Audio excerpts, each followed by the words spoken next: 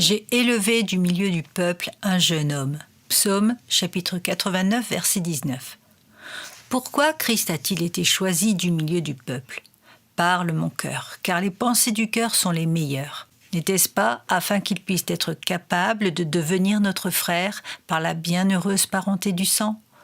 Oh, quelle communion il y a entre Christ et le croyant. Le croyant peut dire « j'ai un frère au ciel ».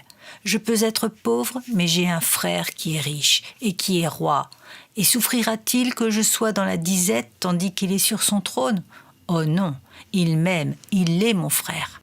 Croyant, revêt-toi de cette pensée bénie comme d'un collier de diamants autour du cou de ta mémoire.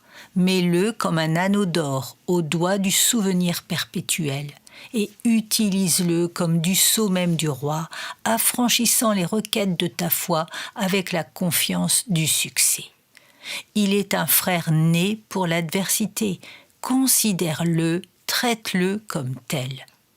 Christ fut aussi choisi du milieu du peuple afin qu'il puisse connaître nos besoins et y compatir. Il a été tenté en toutes choses, comme nous, sans jamais pécher. Dans toutes nos détresses, nous pouvons compter sur sa compassion. La tentation, la douleur, la confusion, la faiblesse, la lassitude, la pauvreté, il les connaît toutes, car il les a toutes éprouvées. Souviens-toi de ceci, chrétien, et que cela te réconforte.